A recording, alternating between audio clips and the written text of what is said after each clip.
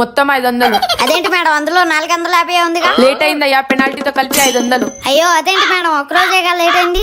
ఒక్క రోజు కాదు, ఒక గంట అయినా ఆగదు. అంతా ఆన్లైన్ ప్రకారం జరిగిపోతుంది. లెక్క మాత్రం కరెక్ట్ గా ఉండాలా. ఓ అవునా, అవును.